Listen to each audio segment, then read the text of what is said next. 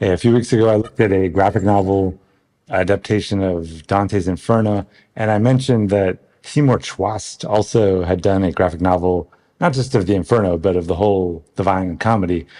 And I realized that I'd never actually looked at Chwast's comics on my channel, so I thought, yeah, I'll take a look. And the Canterbury Tales is kind of a interesting book. It's kind of a book that, at least in America, they force you to read in high school or something, and most people don't really understand it. And if you try and read it in Middle English, they have trouble understanding it. I think of Middle English as like the easiest language for modern English speakers to learn because it's not really a foreign language. It's just an earlier ancestor of English. So there's kind of this feeling that it's familiar, but there's words every now and then that pop up and are difficult to understand. I think if you probably want the real easiest modern foreign language, maybe Dutch is actually for English speakers because some sentences look and sound very similar to English, but others don't. But it does seem to have like a slightly easier grammar than German. Anyways, Canterbury Tales is a book that I've always enjoyed. Like I like the Middle English version. I recommend the Penguin edition. It's really fat, like 1,200 pages with. It's just a huge book, and it's kind of difficult to read. But I think it's a book that I just kind of dip into. I've never read it cover to cover, but maybe someday I will. But I think this Seymour Chwast version of Canterbury Tales is interesting because I think it's complete of what we have. I think some of the fragments, we don't know the exact order, but sometimes there's hints based on the internal narration and stuff. But he just seams it all together and includes all the sections.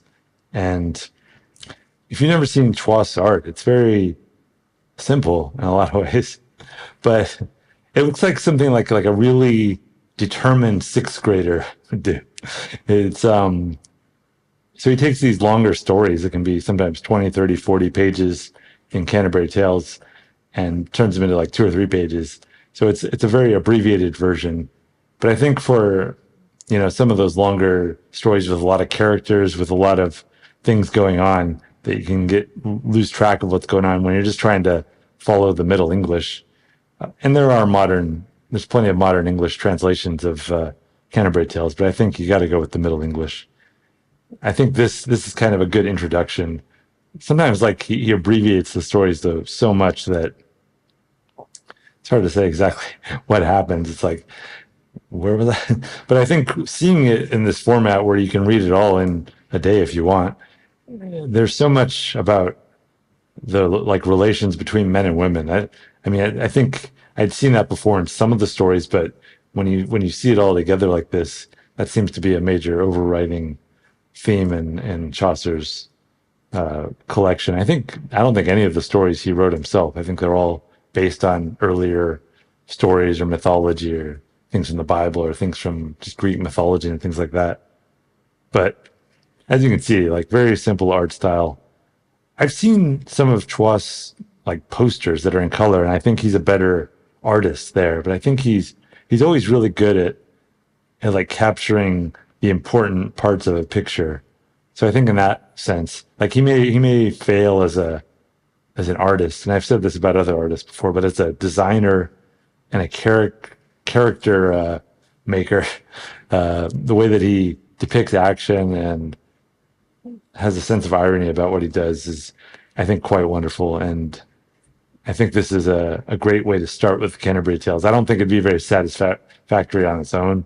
I think you really do need to, but just use this as like, before each tale, maybe read it, take a look and get the gist of it. He has these kind of interesting diagrams too sometimes, but very simple art. Yeah, so I do recommend it. I do like it. I think he has a version of the Odyssey as well that I have not yet got to, but I'm sure I will at some point because I heard that next year, I believe, the guy, what's his name? The guy that did Christopher Nolan is doing a version of the Odyssey, and I think it's coming out in 2026, which will be interesting for Christopher Nolan because I think he's done primarily either like superhero or Inception, like kind of fantasy stuff, or he's done history. Now he's doing something kind of in between the Odyssey, which is not quite history and it's not quite well, I guess it has a lot of fantasy elements. So yeah, I'd be curious to see how he does that. But I'll probably check out a few versions of the Odyssey, including Seymour Chwast before then. But if you like Chwast, I do recommend his take a look at his posters. Just Google his name. I think they come up more than his comic art. But I think he's been around a while. Very simple style, but satisfying in a lot of ways. I think it's just kind of got a sense of ridiculous to it. Reminds me a little of Johnny Ryan. Yeah, so Seymour Chwast's Canterbury Tales, about 150 pages. I have no idea when it came out. Maybe the 1990s? Let's see.